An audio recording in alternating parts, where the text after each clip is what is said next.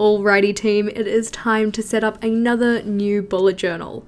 Well, at least it is for me. It isn't really a typical time of year to set up a new bullet journal. Most people do theirs at either the start of the year or halfway through the year, but it seems this year for me that my journals have only been lasting me 4 months. So we had one that went from January through to the end of April, one that went for the start of May through to the end of August, and this one I'm setting up I'm going to be starting in September. As you can see, the journal that I'm going to be using is an Archer and Olive B6 notebook with the late spring firefly design on the front. Thank you to all the people over on my Instagram stories who voted for this one. It was a close race between this and the vintage B. Flipping into the notebook though, and the first thing we're going to be doing is putting my name on the front page.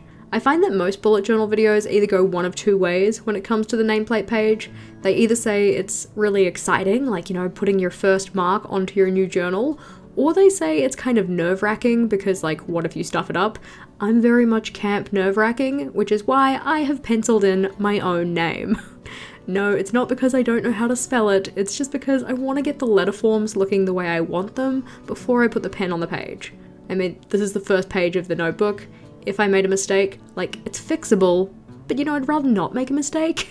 Writing that one in does not take very long though, but the next thing we're going to be doing on this spread here is putting in a tip-in, and the little tip-in will flip out to the left-hand side of the notebook so that I can see whatever's written on it from any page in the notebook. This is something that I really enjoyed having in my current bullet journal, so I figured I'd put it in this one as well. I'm just setting this one up on an offcut that I have for making Dutch doors in my previous bullet journals, and I'm going to use this one to hold my weekly reset, or the tasks that I do on a weekly basis to get myself organized for the week ahead. That checklist and process I do have a separate video on, and all of the videos that are related to this one, along with all of the materials that I'm using, can be found in the description box below. You can see for the structure of the tip-in, we have the place that I'm actually writing out my list, and then to the right hand side of this we have a little folded edge that I've cut away the corners of. I find that cutting the top and bottom corners of this just makes it a little bit neater when I stick it in. It means that if I have folded it in perfectly, you're not going to see that part that's folded under when the tip-in is closed. Once the list is done though, I can just trim off the excess paper on the bottom of the tip-in and then secure it to my journal using double-sided tape. With our tip-in and nameplate page done though, it's time to flip over to the first page of the notebook. But rather than working on this page, first we're going to be setting up a grid spacing ruler. Grid spacing guides and grid spacing rulers aren't something that I typically use in my bullet journal when I'm working in an A5, but because this is the first time that I'm using a B6 size notebook, I figured that it might be handy to have.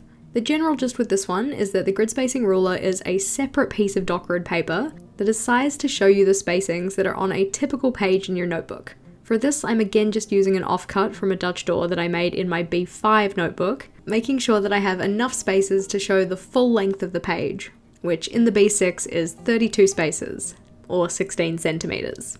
To actually draw the ruler up, on one side I just number through from 1 to 32, and then put in some little coloured lines to show different divisions depending on what I want to separate my page into, so halves, thirds, quarters, etc. The nice part about setting this one up as a ruler is that I can store it in the back of my notebook and I can bring it with me to any page that I'm working on. In my previous bullet journal I had this done as a grid spacing guide page, which although helpful, wasn't as helpful as it could be because I'd have to flip back to see the grid spacing and then still measure it up on the page I was working on, if that kind of makes sense. With it being a separate ruler though, I can bring it to the page that I'm working on, line it up with the doc grid in my notebook and see very clearly where I need to put those divisions. Much more useful. Because the ruler is made with doc grid paper, it means that I can also use the other side of the page, and on here I'm putting in the spacings for a horizontal division. So instead of 16 centimeters, that one's only 11, or 22 grid spaces. And on this one I just put in lines for halves and thirds on the page. Once that one's set up though, we can just flip to the back of my notebook and store it in the back pocket.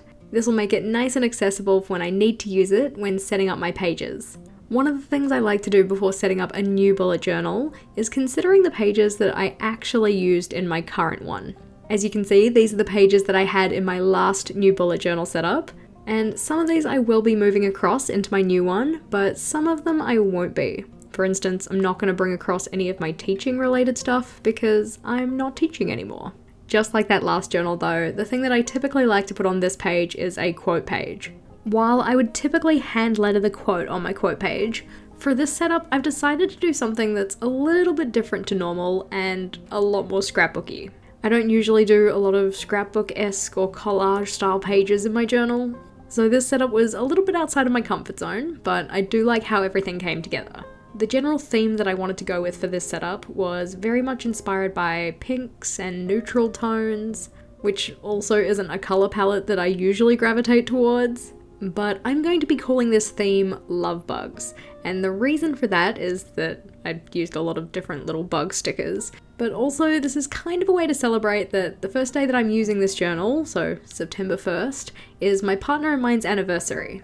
And actually, having just gone and looked it up because I was curious, this is going to be our 10-year anniversary, which is kind of special.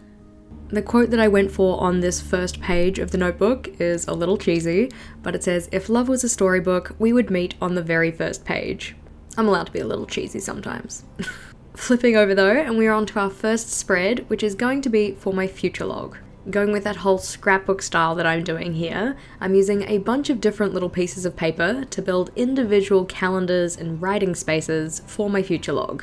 So each of the future log boxes is going to have a mini calendar, which I just printed off the computer, a little craft paper strip for the header for the month, and then a piece of grid paper where I can write down what events are happening in that month. As mentioned, all the supplies are listed in the description box, but I found that all of those little notepads and sticky notes that I got from Stationery Pal came in super handy for this setup because they were in the exact colour palette that I wanted. Now, with having as much sticking as I was doing in this setup, I went through not one, not two, but 3 glue tape rollers, and by the third one, I didn't have any more. I honestly thought that I was going to have plenty of glue tape to do the full setup, so I didn't bother going to get one when I picked up the paper pack that I used, and I was like honestly kicking myself because I hate using glue sticks in my journal. I just really don't like it. They're sticky, doy, and they're messy, blah.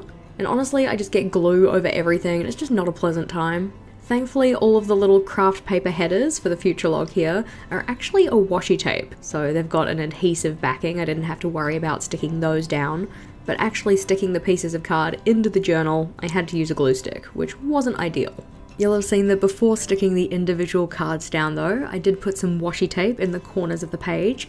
I just thought that behind the calendar boxes kind of needed a little extra decoration, and I don't know if it was necessarily enough, but I do think it looks pretty cute. Trimming off the excess washi tape from the corners though, we're then into labeling the months on the future log. Now, I actually stuffed up the spacing of literally half of these, so I do end up having to go and fix them. The nice part about these headers is that, as mentioned, they are washi tape, so removing them wasn't actually too difficult.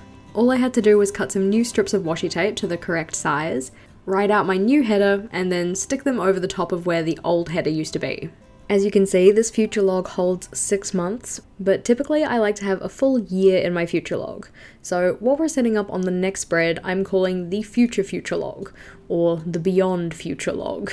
This one I'm setting up in an Alistair method, which is one of my favourite systems to use in my bullet journal, and I do have a separate video on that one.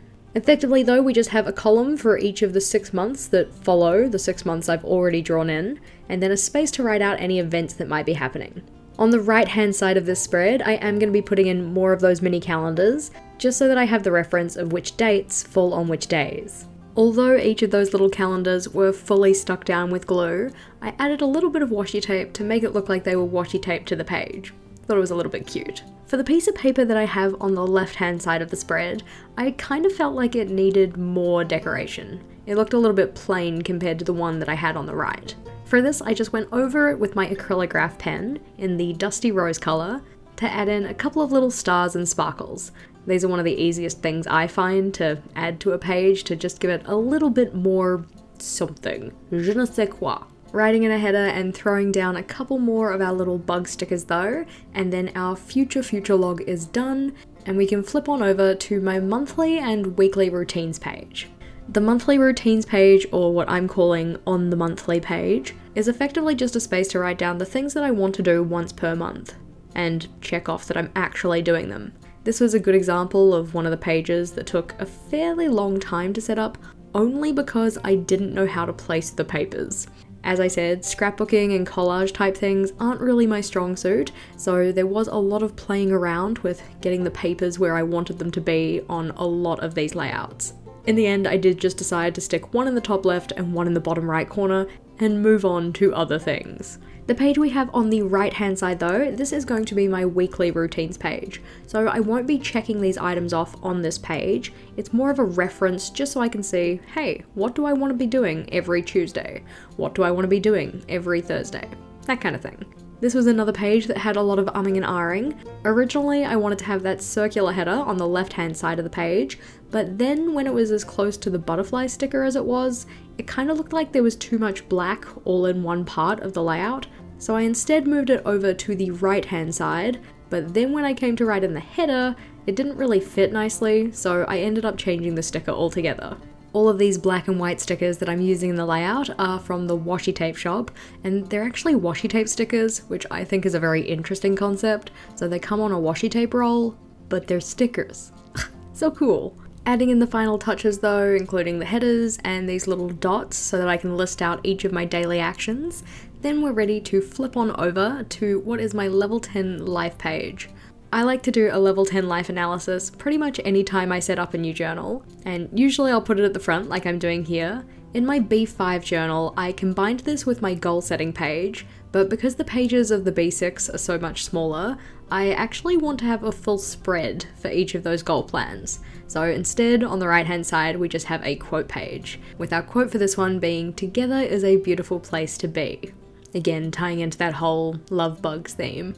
The structure of the level 10 life page is pretty straightforward. We just have a grid that allows me to rate each of my different life areas out of 10. So in this case, it's 10 boxes tall and 9 boxes across. By boxes here, I mean boxes in the ruled out grid that I'm doing. So in terms of actual sizing, it's 9 centimeters across and 10 centimeters down, with each of the grid boxes being a 1 centimeter square. The categories that I include in my level 10 life analysis are physical health, mental health, my environment, in particular my home environment, my personal development, finances, career, partner, social, and family. I like to think that if you're setting up a level 10 life page, it's important for you to pick your own categories because everybody's different, and your life areas compared to my life areas might not necessarily be the same. As can probably be expected, after the level 10 life check-in, I have the pages for my goal setting. So this year I'm working with the idea of having 2 main goal areas, so one health and one career related. So I'm just setting up 2 spreads that look exactly the same. On the left-hand side, we have a space to write out what the goal is and why I'm setting it, whereas the bottom part of that page is going to be used for a brainstorm, for action ideas, that kind of stuff. And then the page on the right-hand side is for me to write out what all of those action steps are, whether they be monthly or one-off actions, weekly actions, or daily actions. Because at this stage I don't know how many of each type of action I'm going to have in each of those goal plans, I'm just leaving the actions page pretty open, just highlighting every second line in that pale brown colour. Going in with another simple layout, the spread that we have here is going to be for my media consumed and check this out pages. So effectively different types of media, whether they be movies, TV shows, books, etc., that I've either already watched, listened to, read, or ones that have been recommended to me by others. This is another layout that I'm adding more of those stars and sparkles to, just because I'm again using that paper that felt like it needed a little bit more decoration. The acrylographs do come in handy for this because, being paint pens, they are super opaque, which means they layer on top of the paper really nicely. On the media consumed page, I'm again using an Alastair method style thing, where I have columns for each of the different types of media, so that I can put a check in the column that corresponds to the type of media that I'm actually writing in. So for example, if I've read a book, underneath the media header, I'll write in what the book's title is, and I'll put a little X underneath the column that represents books. Keeping with the media theme and flipping on over, on our left hand side page here, this is where I'm going to be putting in the books that I'm reading as part of my book club. If you hadn't heard, we do run a book club. It is called the JNR Book Club because it's run with me, Jess, and my friend Rachel. On this page, I'm just going to be printing out pictures of the book covers as we read them for each month, and I'm using this craft paper washi tape to act as frames for each of those books. You may have noticed I'm using quite a few quote pages in this setup. Typically I don't do quite as many quote pages as I am doing, but in planning out the pages of this setup, there were certain layouts that I knew I wanted to have as 2-page spreads, and I knew I wanted to have things in a certain order, so any time that I needed to fill space, I've just put a quote page in. There wasn't anything in particular that I wanted to have beside my book club page, because I didn't need a place to write down book recommendations as that was on the page before. Our quote page for this one, following that whole love bugs theme, is "When I saw you, I fell in love, and you smiled because you knew." While that doesn't necessarily really reflect Vogel and mine's love story, I still thought it was cute. I mean, if I wanted to do a quote related to our love story, maybe I'd quote the first thing he said to me, which was, "Who the f*** is that?" But that's not really, like, super fitting with the theme, not so romantic, so didn't put that in. Also, I'm pretty sure I'm not going to find a quote like that in the paper pack that I bought to do this setup. Here though, you can see we've gotten started on a new layout, and this one is my content calendar. Typically I'd put my content calendar in my separate journal that I have for content related things, but I found that the content calendars in particular I either wasn't setting up, or if I did set them up, I wasn't referring to them. With having them in my everyday journal, I'm hoping that I will use them a little bit more regularly, and it'll help me be a little bit more organized when it comes to making my content, which one would hope I would be a little more organized with, given the fact that that's now my job. For each of the months that this journal is going to hold, I'm just setting up a grid style calendar where I can write in all of the different pieces of content that I'm going to be releasing. And I also have a task list down the left hand side, which is essentially going to hold the same information, but more so acts as a checklist so that I know I've done all the things I need to do. Up next though, we have my someday maybe section, which is essentially a place for me to just jot down things that I want to do at some point, but not necessarily right away. Now, roughly 3 months ago, I received a comment from a YouTube account called Lubyloo Online, who said they like to include a future me problems layout in their setup, and I thought that was the coolest name for a someday maybe list literally ever, so I had to call my page Future Me Problems. Because one of my future me problems is to bring over all of the items from my previous someday maybe lists into this journal, I wanted to have plenty of space to write all those down. So for this layout, I decided to put it on a Dutch door, where I've cut off the top of the page so I can see the header on both sides of the layout. Putting in our little sparkles and final washi tape touches, and then we're flipping on over to the next spread, which is going to be the place where I plan out my next bullet journal. It always feels really odd setting up this page when I haven't even started in this journal, but I know that it is a layout that I like to have pre-made so that as I start using this journal, anytime I have ideas for my next journal, I can put them on this layout. That includes things like spread ideas, theme ideas, pages that I might want to use or change or try. The general structure for this one though is that on the left hand side of the page we have the tick and cross section, so things that I did like about this journal here versus things that I didn't like, and then the bottom section of that page is a place for me to list out any of the spreads that I want to include in the next journal. On the right hand page, this is where I can start mapping out where I want those pages to go, like what order do I want them in, and also give myself a little thumbnail or a little sketch of what I want that layout to look like. I found my last version of this layout, so the one that I populated in planning this journal, to be super helpful to do before I got into actually putting things into the journal. On this spread here, we have my monthly setup planning pages. This is another helpful pre-planning addition that I like to use. So we have a section for each of the months that the journal is going to hold, some little boxes that I can use to design my color palette, and then a place to write down the aesthetic elements or decorative elements I'm going to use, along with the spreads that I want to include. You'll have seen that I did make a mistake when drawing out the boxes for September. My pen kind of got away from me, but to fix that one I just stick in a little bit of spare doc grid paper and neaten up the lines. Flipping on back though and having another look at the things that we've set up today, I must say, although it was outside of my comfort zone, I am really chuffed with how all the pages of this setup turned out. Now I just need to deal with the problem of still having half a month left in my current journal and really just wanting to get into this one. Does anybody else have that issue where like you set up a new journal or set up for the new month and then you're just like, now I want to use it, but I still have to finish off the month or the journal that I'm currently working in. Wah wah.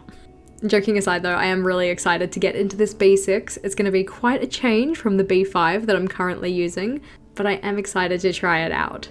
If you are looking for more new bullet journal inspiration, then be sure to check out the playlist we have on the screen here, and until next time, bye!